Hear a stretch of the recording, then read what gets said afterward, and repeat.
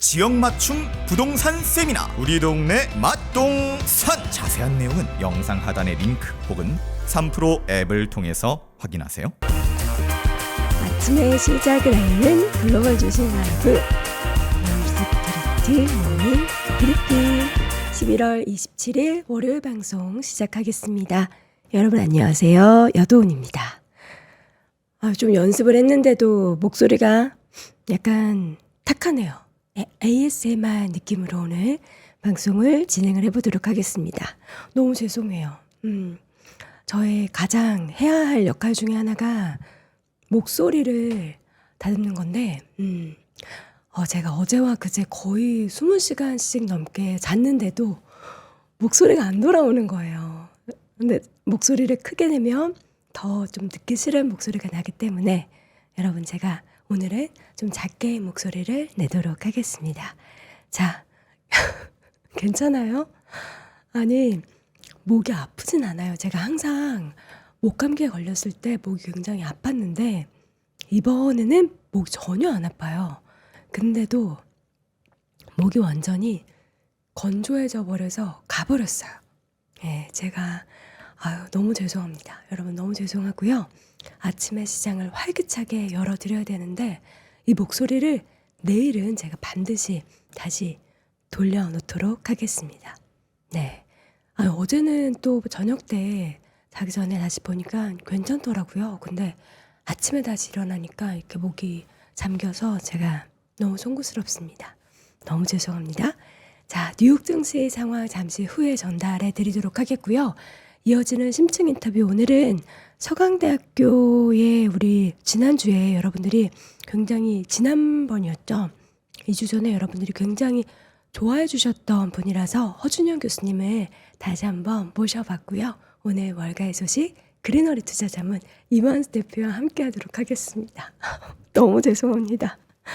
목소리를 크게 내면 약간 삐소리가 많이 나가지고 제가 프로페셔널 이런 걸 떠나서 어제 우리 제작진한테 얘기를 해야 하나 말아야 하나 고민하다가 목소리가 또 나오는 거예요. 그래서 괜찮겠구나 싶어서 왔는데 너무 죄송합니다. 다시 한번 열심히 자기관리, 목관리를 했어야 되는데 너무나 죄송하다라는 말씀 전달드리고요. 오늘은 약간 이불 속에서 이렇게 ASMR 듣는 느낌으로 여러분 함께 해주시면 대단히 감사하겠습니다. 독감 조심하세요. 제가 40평생 이렇게 아팠던 적이 없었거든요. 근데 이틀 동안은 정말 몸살이 너무 심해서 온몸에 근육통이 있어서 너무 힘들었는데 그거 이제 싹 났고요. 얘만 돌아오면 되는데 얘가 제일 늦게 오더라고요. 제일 소중한 건데 너무나 죄송합니다. 푹 쉬었습니다. 자, 뉴욕 증시가 블랙 프라이데이를 맞이해서 반장반 열렸죠. 1시까지만 시장이 열었고 그래서 3대 지수가 혼조를 보였는데요. S&P 500 지수는 0.06% 소폭 올랐고요. 다우 지수도 0.3% 소폭 올랐습니다. 나스닥 지수는 0.12% 약보합권 수준에서 마감이 되는 모습이었고요. 자, 그래서 한 주 동안의 주간 단위 움직임을 보면 다우가 1.3% 그리고 S&P 500 지수가 1%, 나스닥 지수는 0.9% 상승을 했습니다. 자, 저 물 한 모금만 마시도록 하겠습니다. 이것도 ASMR 느낌으로 들어주세요.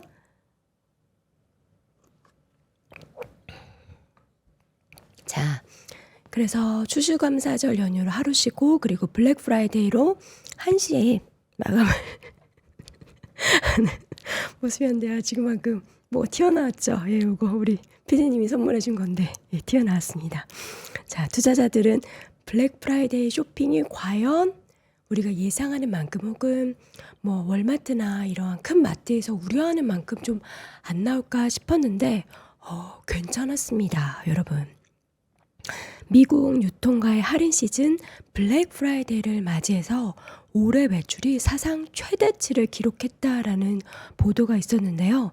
블랙 프라이데이인 지난 24일에 전자상거래 매출만 보면은 작년보다 7.5% 증가한 98억 달러, 그러니까 우리나라 돈으로 12조 8천억 원 정도로 집계가 됐다고 합니다. 그 어도비 애널리틱스라는 것에 따르면 마케팅 데이터 솔루션 분석 솔루션인데요. 이것에 따라서 확인이 된 숫자가 작년 같은 기간에 비해서 오히려 늘었다라는 겁니다.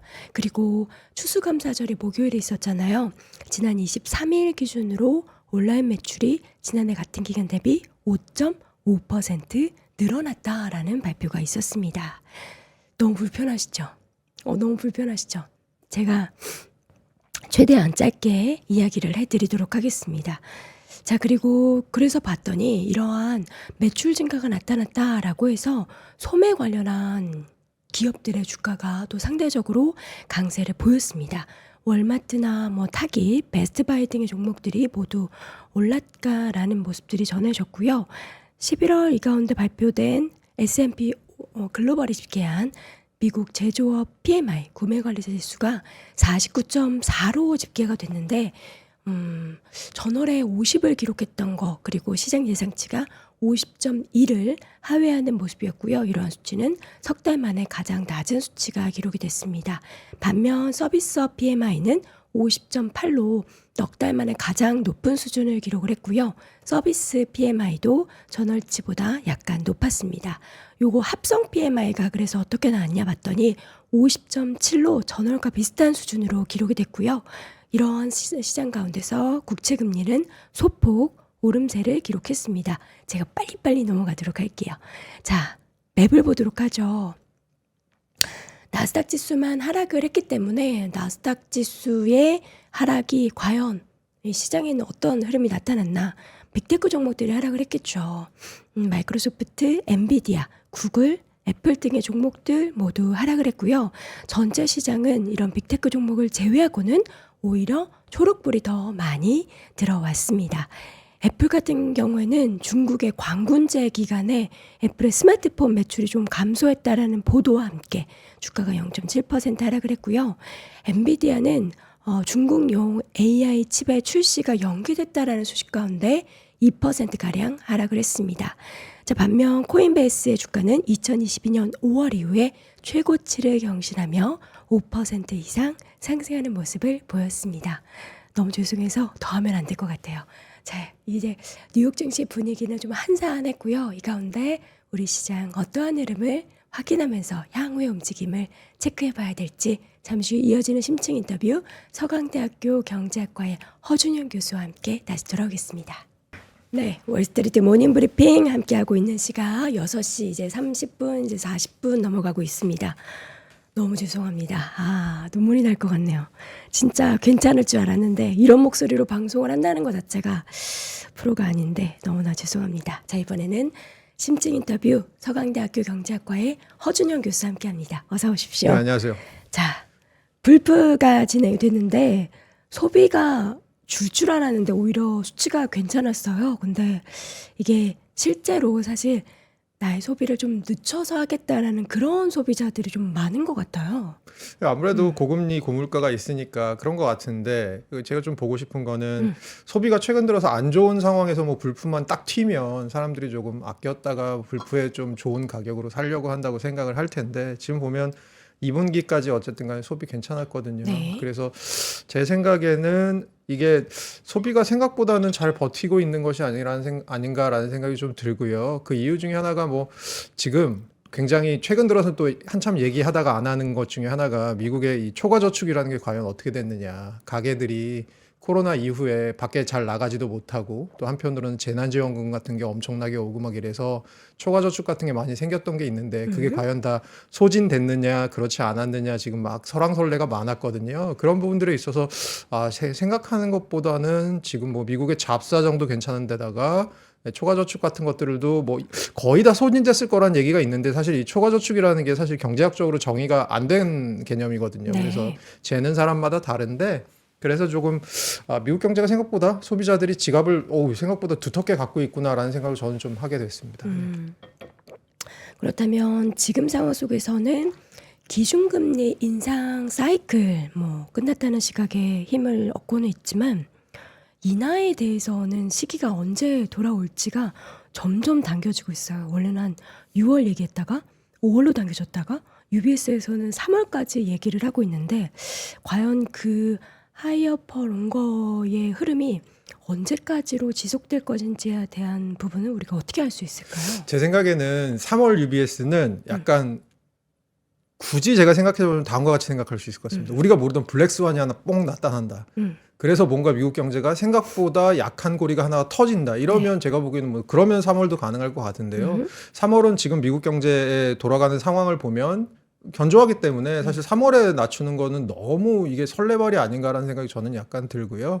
그리고 가장 보수적인 데가 오히려 최근에는 이제 골드만삭스인데 골드만삭스가 9월 얘기하는데 그리고 미국 금리 선물 시장에는 잘 아시겠지만 한 내년 2분기 정도에 내릴 거다라고 지금 예측이 되고 있는 상황이잖아요. 제 생각에도 전에 출연했을 때도 말씀드렸지만 한 미국에서 여름쯤 왔을 때 슬슬 금리 인하가 보이거나 혹은 금리 인하에 대한 거의 코너에 와 있거나라고 정도 생각하지 사실 그 이전에 낮출 거라고 생각은 잘 안 드는 게 지금 인플레이션이 어쨌든 간에 내려오는 오고 있습니다만 내려오는 속도 자체가 뭐 연준이 생각하는 속도 정도인 것 같아요. 그래서 연준은 지금 우리는 아직 금리 인상 생각 안 하겠다라는 게 얼마 전에 의사록에도 나왔고 그래서 제가 생각하기에는 너무 금리 인상을 속단하는 것 이것은 조금 너무 빠른 시기에 기대하는 것은 약간 위험하지 않을까 하는 생각 계속 갖고 있습니다. 빠른 시기에 우리가 속단하는 게 좀 과한 욕심이다. 그러면 그 전에 이러한 기대감이 올랐던 시장은 연말에는 이 기대감이 빠지게 된다면은 주가에 뭐 부침이 좀 생길 수도 있겠네요. 근데 제가 말씀드린 거는 시장에서 또 한편으로는 그렇게 빨리 좀 내리기를 기대하는 쪽도 있지만 네. 반대로 생각해 보면 지금 어쨌든 간에 기업 실적들 최근에 뭐 엔비디아 같은 경우도 괜찮았고요. 실적도 괜찮은 데다가 어쨌든 간에 최근에 한 1, 2년을 미국의 금융시장을 눌렀던 것이 연준의 이 엑셀을 세게 밟은 모드였잖아요. 네. 근데 연준이 여기서 슬슬 이제 발을 뗄 거라는 시그널이 보이고 있는, 즉 금리 인상의 어떤 스테이지가 끝나간다는 것이 보이는 시점이라면 사실 금융시장은 그것에서부터 조금 이제 자유로워져서 이제 실적 중심으로 또 나아갈 수 있을 거고 그 와중에 미국 경제는 지금 생각보다는 잘 버티고 있으니까 산타랠리 저는 뭐 충분히 가능할 것 같고 실제로 뭐 최근 들어서 기술주나 성장주들 보면 산타랠리 느낌도 슬슬 나오고 있는 것이 아닌가라고 생각하고 있습니다. 네. 10월 이후에 시장이 계속 올랐어요. 근데 그 오르는 배경 중에 하나가 가장 큰 영향이 국채금리 10년물 기준으로 5%까지 올라갔다가 4% 중반, 그 4.5 아래까지도 내려왔잖아요. 이와 함께 기술주 중심의 랠리가 쫙 펼쳐졌는데 과연 앞으로도 이럴 수 있을까에 대해서는 좀 살짝 부담감이 좀 있긴 하거든요. 여기서 뭐 그 국채금리가 얼마나 더 하락을 하겠어라는 그런 생각에 여기에 대해서는 우리가 어떤 시각을 좀 가져야 될까요? 그러니까 가장 세게 누르고 있었던 거 하나가 슬슬 풀린다라고 생각하면 그 팩터 이외에 다른 팩터들이 이제 들어오지 않을까라고 저는 생각하고 있고요. 그동안 가장 세게 눌렀던 그리고 그것을 마켓 전체적으로 눌렀던 부분들이 지금 말씀하신 대로 국채금리나 이런 부분, 연준의 정책 기조 이런 것들이니까요. 네. 그런 부분들에 있어서 이제 끝이 보인다라는 것이 당장 내일부터 뭔가가 좋아질 것이라는 건 아니고 그것이 점점 덜 중요해지고 저 같은 사람이 이제 방송에서 슬슬 사라지게 된다 뭐 그런 얘기겠죠. 그러면 이제 기준금리 얘기하는 것이 덜 중요해진다. 그럼 뭐가 중요해질까? 그러면 어떤 뭐 기업별로 실적별로 이렇게 섹터별로 가는 것들 각자 도생의 움직임들이 조금 더 중요해지지 않을까. 그래서 이제부터는 뭐 연준의 통화정책 기조나 국채금리도 보셔야겠지만 국채금리가 앞으로 다시 뭐 5%까지 올라갈 거라고 저는 그렇게 생각은 하지는 않는데 그렇다면 조금 더 종목 위주로 이제 어떤 팩터들이 이 종목의 지금 흐름을 설명하는지 이런 것들을 보시는 게 조금 더 중요해지는 시기가 오지 않을까라고 생각하고 있습니다. 월가의 큰 손들도 여기에 대해서 약간 또 이야기가 좀 엇갈리고 있어요. 뭐 단기간에 이러한 랠리가 긁힌다. 이거는 뭐 시장의 상승장이 아니라 단기적인 뭐 하락장 속에서 잠깐 반등하는 것뿐이다. 이런 시각도 있는데 교수님께서는 그 월가에 돈 많은 분들이 이야기했던 지난주에 시장이 막 올라가니까 경고했던 그 시각들에 대해서는 어떻게 좀 동의하십니까? 그러니까 저는 이제 매크로를 보는 사람이니까요. 근데 미국 그 주식 가격 같은 경우는 어느 정도로 오르냐면 잘 보면 장기적으로는 미국의 명목 GDP 오르는 정도씩 오르는 거거든요. 사실은 장기적으로 보면. 근데 그렇게 보면 그 추세선에서 굉장히 많이 벗어나면 이거 약간 오버인데 시장이 너무 앞서가는데라고 생각할 수 있을 것 같기도 하고 뭐 그런 흐름은 저는 있다고 봅니다. 그래서 네. 지금 말씀하시는 부분이 제가 생각하기에는 시장이 그동안 우리를 옥죄고 있었던 거 하나가 없어지니까 너무 필요 이상으로 반색하는 거 아니야라는 부분들에 대해서는 조금 경계할 부분은 저는 있다고 생각하고요. 사실 지금 우리 미국의 시장에 들어가 계신 분들도 사실 그런 부분들에 대해서는 조금 우려하실 필요도 저는 있지 않을까라고 생각하고요. 그래서 미국 경제가 어쨌든 간에 내년에 뭐 연착륙할 거냐 경착륙할 거냐, 그런데 이제 경착륙한다는 시나리오는 제가 보기에는 생각보다 우리가 몰랐던 부분에서 뭔가가 튀어나오는, 안 좋은 것이 튀어나오는 것이 있다면 경착륙할 수 있을 것 같고요. 아니면 제 생각에는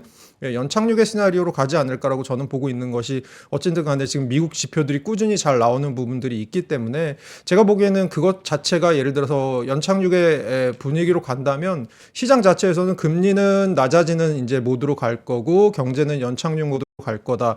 그러면 결국은 시장에서 좋아할 두 가지 요소들이 다 들어가는 게 아닐까? 그렇게 봤을 때는 아주 급박하게 단기간에 튀는 것만 조심하시면 시장은 조금 버텨주지 않을까 저는 생각하고 있습니다. 네.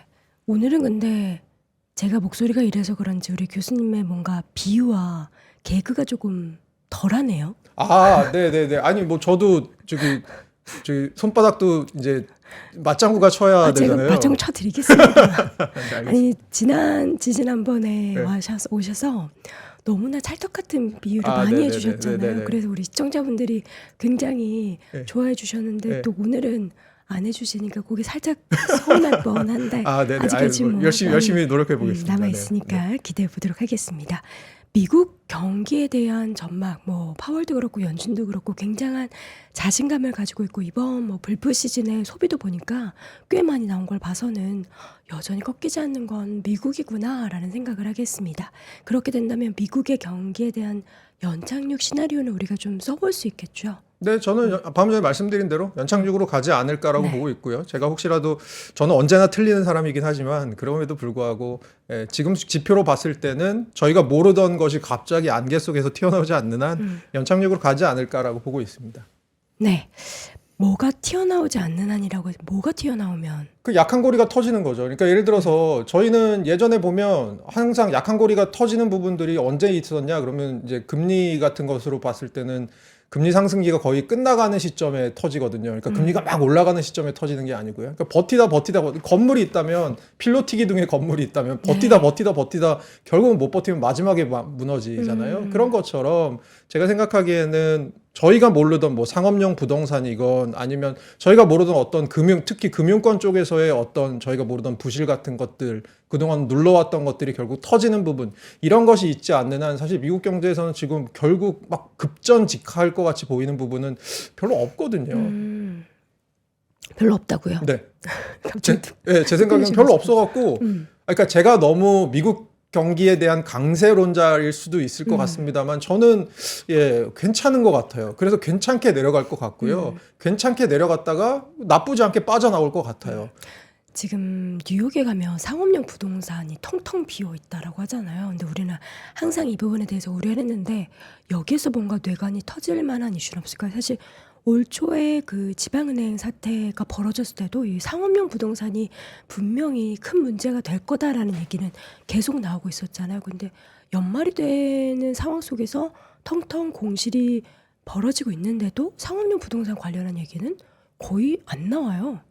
제가 3%를 열심히 보는데 3%에서 한 몇 개월 전에도 상업용 부동산 얘기하시고 몇 개월 전에도 상업용 부동산 얘기하시고 사실은 상업용 부동산 얘기 계속 나오는데 이게 안 터지고 있어요. 그러니까 버티다 터질 거냐라는 문제는 있는데 네. 지금으로 생각했을 때는 저한테 누가 터질 거냐 안 터질 거냐라고 보면 그냥 안 터지고 어떻게든 넘어갈 거다라고 보는 것이 조금 더 합리적인 추론 아닐까라고 생각을 하고, 터질 거였으면 요거는 아마 진작에 터지지 않았을까라는 생각이 들어서 네. 어떻게든 지금 요게 돌려서 막고 있거나 막고 있는 부분이 분명히 있을 것 같고, 근데 네. 문제는 지금 앵커께서 되게 좋은 얘기 해주셨는데 이게 트렌드일 수 있잖아요. 미국 같은 경우는 결국 제가 이렇게 건물들을 걸어다가다가 보면 건물들도 생로병사가 있는 것 같더라고요. 네. 그래서 건물들이 뭐 밥집으로 시작했건 카페로 시작했건 뭘 했건 간에 마지막에는 커피 전문점으로 해서 끝나더라고요. 건물들의 1층은 보통. 우리나라는 그렇잖아요.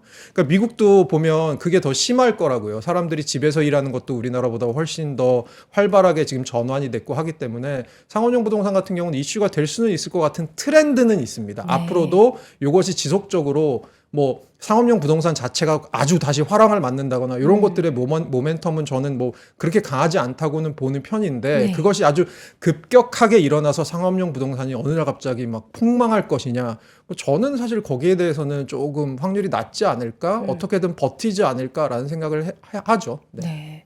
자, 그리고 이제 우리가 앞으로 시장을 바라볼 때 긍정적인 얘기를 하는 것 중에 하나가 저희가 지난주 목요일에도 제가 그 차트를 보여드린 바가 있었는데 그 내년도 대선에 항상 그 전후로 하여 시장의 흐름은 굉장히 좋았다라는 겁니다.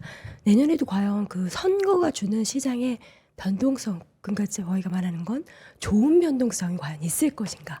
거기에 대해서는 얼마나 기대를 좀 하고 계실까요? 제가 자료를 어젯밤에 한번 제가 저도 궁금해갖고 네. 한번 자료를 찾고 찍어봤습니다. 네, 한번 네. 저기 파워포인트 좀 띄워주시겠습니까? 네. 이게 뭐냐면 제가 뭘 계산해봤냐면 미국하고 우리나라의 대통령 집권 연차별 경제 성장률을 계산을 했습니다. 그리고 계산을 할 때 당별로 나눠서 계산을 해봤습니다. 미국 같은 경우는 1948년 그래서 2차 대전 이후부터 가장 최근까지 계산을 해봤는데요. 그러면 여기서 보셔야 될 게 뭐냐? 집권 4년 차입니다. 4년 차의 경제 성장률이 다른 해의 경제 성장률보다 뭐 평균적으로 높냐 보면 민주당 정부일 때는 3년 차 때 평균적으로 제일 높았지만 4년 차도 나쁘지 않았습니다. 그리고 공화당 때는 3년 차 때 이게 되게 공화당의 매직 같은 거였는데 3년 차가 경제 성장률이 굉장히 낮더라고요. 그리고 나서 4년 차는 다시 반등을 합니다. 네. 결론은 뭐냐? 그 밑에 평균 회색을 보시면 되는데 평균을 보시면 1년 차 민주공화 합해서 3.3, 2년 차 3.1, 3년 차 2.7, 네. 4년 차 3.5. 그래서 정부를 어떤 정부냐에 따라서 구분하지 않고 봤을 때 4년 차의 경제 성적 나쁘지 않다라고 보면 사실 선거 사이클이 좀 있는 것 같기는 합니다. 그런데 제가 보기에는 두 가지 정도를 나눠봐야 될 것 같습니다. 하나는 미국의 연준이 그러면 선거 때라고 특별하게 통화 정책을 다르게 가느냐? 미국의 연준의 독립성은 거의 전 세계 최고급인 것 같아요. 제가 보기에. 그래서 연준이 뭔가 선거 때라고 더 확장적으로 가지는 않는 것 같은데 제 생각에는 그 재무부 쪽이나 재정 정책 쪽은 조금 확장적으로 가는 부분이 확실히 있는 것 같습니다. 네. 그래서 내년에가 이제 바이든 정부 4년 차인데 평균적으로 봤을 때는 나쁘지 않을 것 같다. 데이터도 실제로 보면 뭐 그런 가설을 좀 지지하는 것 같다라는 생각은 좀 듭니다. 네. 아, 이렇게 된다면은 올해 연말에도 시장 괜찮았는데 내년 시장도 기대감을 굉장히 많이 가질 만한 여건은 또 펼쳐지게 될 것 같습니다. 지금 근데 누가 될 건지도 중요하잖아요. 트럼프와 바이든, 바이든과 트럼프. 지금 거의 트럼프 쪽으로 좀 기울고 있는 얘기들이 참 많아가지고 과연 누가 되는지에 따라서도 글로벌 시장에 미치는 영향이 다를 거란 말이죠. 누가 되는 게 유리한 겁니까? 미국 입장에서도 그렇고 다른 나라 입장에서도 그렇고. 그 미국 입장은 되게 얘기하기 힘든 것 같아요. 그거는 아니, 뭐 사실은 미국에 살고 계시면 아무래도 마음속에 두 분 중에 한 분이 계실 것 같지 않습니까? 그리고 그 두 분 중에 한 분이 계신다는 거는 그분이 됐을 때 뭔가 내 삶이 좀 더 나아지는 부분이 많을 거라는 얘기니까 그러면 제가 미국인이 아닌 이상 우리 여도원 앵커님이 미국인이 아닌 이상 뭐 그렇게 누가 될 게 더 유리할 거라고 생각은 할 수는 없겠고 제가 또 3프로 같은 훌륭한 방송에 나와서 제 마음속에 그분을 뭐 얘기할 수도 있는 것도 아니고 뭐 그런 것 같아요. 그분이 있긴 있군요. 더 싫은 분이 있는 거죠. 더 싫은 분이. 덜 싫은 분과 더 싫은 예. 분. 근데 저희 민주주의 선거라는 게 최선을 선택하기보다는 차악을 선택하는 선거라고 저는 생각하는 편이라서 항상 그런 거죠. 그런 건데 지금 미국에서 바이든 대통령 인기가 생각보다 좋지 않은 이유는 뭐 여기 시청자께서도 잘 아실 것 같고요. 그래서 뭐 나이 문제뿐만이 아니고 미국의 지금 뭐 경제도 생각보다는 경제는 견조한데 막상 내 삶은 팍팍해. 집값은 오르고 있어. 뭐 여러 가지로 경제 정책도 좀 실패하는 부분도 있다고 생각하시는 부분이 많은 것 같고 어쨌든 간에 조금 내년 선거가 현재까지는 트럼프가 유리해 보이는데 그래도 여당 프리미엄이라는 게 미국 선거에서 또 굉장히 강하게 있으니까 네. 내년에 또 어떤 정책들로 어떻게 할지. 그런데 지금 저희가 미국의 데실링 같은 거 막 왔다 갔다 하고 최근에 신용등급 감등되고 이런 걸 봤을 때는 점점 정치적 리더십이나 타협은 어려워지는 것 같고 결국은 그랬을 때 내년 1년 동안 얼마나 많은 정치적인 파열음과 그것을 통해서 이제 경기가 왔다 갔다 하는 부분이 생기고 이런 것들이 또 미국의 유권자들에게 어떤 선택을 하게 할지 좀 그런 부분을 좀 내년 1년을 좀 지켜봐야 될 것 같습니다. 선거가 11월이니까요. 네. 11월이 이제 딱 선거고 그 전에도 시장의 변동성은 정말 왔다 갔다 할 것 같아요. 뭐 트럼프가 좀 지지도가 올라간다 그러면은 뭐 산업 중에서도 오락가락하는 쪽도 있을 것 같고 해서 과연 그 흐름이 역사적으로 그래 왔듯이 전체 시장에도 긍정적인 영향을 미칠지는 함께 지켜보셔야겠습니다. 자, 이어서는 실적이 사실 제일 중요한데 저희가 지난주에도 확인해봤던 바에 의하면 미국 기업들의 실적은 전체적으로 좀 올라가고 있어요. 아니 교수님 그렇게 너무 또 안쓰러운 눈으로 쳐다보지 아니. 마세요. 우리 교수님 항상 웃는 상인데 전 괜찮습니다. 아, 네, 네네네네. 저는 괜찮고요. 교수님이 안 괜찮으신 것 같아서. 아니, 그 제가 죄송합니다. 여돈 앵커가 이렇게 조금 힘이 없어 하시는 걸 제가 태어나서 처음 봐서 태어나서 처음 보시나고요. 태어나서 처음이라서 그렇습니다. 네, 자 기업들의 실적은 어떻게 좀 전망을 하시나요? 뭐 매크로 팩터로 보면 괜찮을 것 같다라는 네. 생각이 들고요. 아까 제가 말씀드린 것과의 연장선상에서 매크로 팩터는 괜찮을 것 같고 이제는 섹터별로 조금씩 차이가 나지 않을까라는 생각들. 그러니까 그동안 뭐 제가 늘 말씀드리지만 터널의 한가운데 있을 때는 저희가 앞에 빛이 보이지 않을 때는 한 10명쯤 걸어가고 있을 때 가장 좋은 방법은 뭐냐? 맨 앞 사람이 용감하게 걸어가면 그 사람 어깨에다 손을 대고 다 같이 일렬로 서갖고 앞 사람이 더듬으면서 가는 게 제일 터널의 한가운데를 지나가는 좋은 방법인데 네. 터널의 끝이 보이고 빛이 조금씩 스멀스멀 새어 들어오면 그 다음부터는 뛰어갈 수 있는 사람은 뛰어서 나가는 거고 네. 걸어갈 수 있는 사람은 걸어서 나가는 건데 네. 그러면 이제 조금씩 터널이라는 게 제가 말씀드린 미국의 연준의 긴축이라는 기조라는 터널이었는데 그 터널이 끝나가는 입장에서는 조금 제가 보기에는 뭐 뛰어갈 수 있는 기업은 뛰어갈 거고 기어갈 수 있는 기업은 기어갈 거고 그래서 조금 더 기업 스페시픽한 것들을 이제 보시는 것들이 점점 중요해지는 때가 오지 않을까라는 생각이 드는 거죠. 네. 아, 이게 실적도 사실 그동안의 올 한 해를 보면은 큰 형님들, 그러니까 M7 종목들이 어떻게 보면 실적을 좀 같이 끌고 올라가는 그런 경향이 과했잖아요. 내년에도 그런 움직임을 보이게 될까요? 아무래도 제가 생각하기에는 올해가 안개 구간이었잖아요. 안개 구간? 안개가 심하게 낀 구간이었잖아요. 이럴 때는 조금 더 제가 아까 말씀드린 대로 큰 형님이라고 하면 제 비유에 따르면 맨 앞에 서 있던 애들. 아, 걔네들 쪽으로 성공자. 걔네들이 갔던 거고 그러면 이제 안개가 조금씩 걷히고 나면 민낯이 드러날 거고 네. 민낯이 드러나게 되면 그때부터는 조금 더 이제 분화되는 방향으로 나가지 않을까. 그래서 올해와 같이 큰 형님들이 빛을 보는 기조들에서는 내년부터는 조금 더 이 분업화되는 기준으로 가지 않을까라고 제가 보기엔 분화되는 기준으로 가지 않을까라고 보고 있습니다. 저는. 네. 자, 2024년은 어떻게 보면 그동안에 계속해서 2해 동안 이어졌던 금리 인상의 종료 그리고 금리 인하기를 맞이하게 될 텐데 이렇게 좀 금리가 인상됐다가 인하가 되는 전환기에 이전의 경제의 특성이나 주식시장의 특성이 있었을 것 같아요. 네, 그래서 제가 준비해 왔습니다. 좋습니다. 네, 요거는 이제 한국은행 블로그에 나온 자료인데요. 제가 공유를 드리겠습니다. 네. 그래서 보시면 최근에 이제 금리 전환기의 경제지표 최근 90년 이후에 5번이 있었는데요. 이 회색으로 표시된 음영 5번, 1, 2, 3, 4, 5번인데요. 1, 3, 4, 5번은 여러분들이 아시는 미국 경제에 안 좋은 일이 있어서 다 리세션으로 들어갔던 때입니다. 네. 언제냐 하면 90년대 초반 걸프전도 있었고 미국 저축대부조합이라는 회사가 파산하면서 이제 금융시장 좀 문제가 있었던 때고요. 3번은 아시겠지만 닷컴 버블 터질 때가 3번입니다. 2000년대 초반. 4번은 글로벌 금융위기, 5번은 코로나. 이렇게 4번은 뭔가 경제에 안 좋은 이벤트가 터져서 금리 상승기가 종료되고 금리 인하기로 급격하게 갔던 때고요. 네. 2번만 인플레이션이 조금 생각보다 빨리 안 내려와서 연준이 정책 금리를 올렸었던 때가 2번인데 2번은 보시면 아시겠지만 다른 때랑 다 되게 다르게 경제 지표들이 나쁘지 않았습니다. 특히 제가 보여드리는 게 실업률이랑 GDP 성장률 보시면 1, 3, 4, 5번은 사실은 급하게 꺾이는 구간이었는데 2번만큼은 경제가 견조하게 버텼던 그런 기간이거든요. 그래서 금리가 인상되다가 인하기로 돌아갈 때 사실은 미국의 90년대 이후 데이터가 얘기해 주는 것은 대부분 그 일은 언제 있었냐? 경제가 급격하게 추락할 때 있었다라는 게 첫 번째. 그리고 예외가 있었냐? 한 번 있었다. 그것이 2번이었다라는 얘기고요. 2번은 사실은 경제가 잘 버텼던 때인데 이때 보시면 이게 월셔 5천으로 그린 제가 나스닥이나 다른 자료는 2000년대 이후에 시작을 해갖고 제가 한번 그려보니까 1, 2, 3, 4, 5번 보시면 아시겠지만 1번 초반에 안 좋았고요. 3번 안 좋았고요. 4번 떨어졌고요. 5번도 별로 좋지 않았습니다. 그럼에도 불구하고 2번 구간에서는 주식시장이 생각보다 굉장히 전년 동기 대비 잘 버텼던 오히려 굉장히 좋았던 때가 2번이었고요.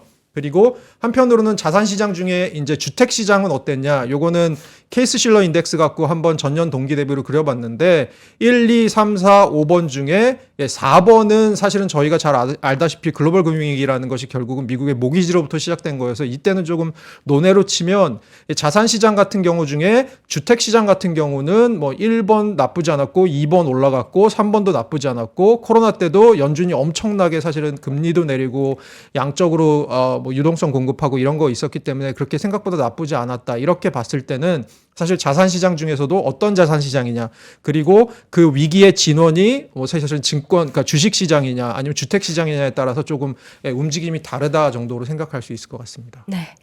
자, 과연 그 전환기 속에 있어서의 시장 상황이 어떻게 될지는 근데 그동안에 뭐 역사적인 흐름이 이렇게 됐다라는 것을 이번에도 그럴 거라는 건 100% 확신하지 못하잖아요. 어떻게 보면은 작년에도 그렇고 재작년에도 그렇고 우리가 이전 경제나 이런 다양한 여건 속에서 달랐던 흐름이 많았단 말이죠. 코로나 때는 오히려 뭐 금리 오르고 시장 오르고 말도 안 되는 상황이 펼쳐졌던 것만큼 이번에 혹시 금리 전환기에는 우리가 이 부분은 하나 염두를 해둬야 된다. 혹은 이렇게 비슷한 역사적인 흐름과 달리 움직일 수 있을 법한 상황이 있다라는 건 혹시 없으실까요? 가장 크게는 하나로 딱 요약할 수 있죠. 앞에 코로나가 있었던 거죠. 코로나가 있었던 네, 거. 그러니까 코로나 이후에 우리가 경제가 변한 부분이 너무 많습니다. 노동시장이 변한 거, 사람들이 일을 하는 패턴도 변했고, 노동시장에서 뭐 은퇴를 하는 연령도 빨라졌다가 다시 돌아왔다가 뭐 이런 것도 있었고요. 또 한편으로는 엄청난 재정정책으로서의 재난지원금이 있었고요. 네. 또 한편으로는 미국의 이민이 한동안 막혔다가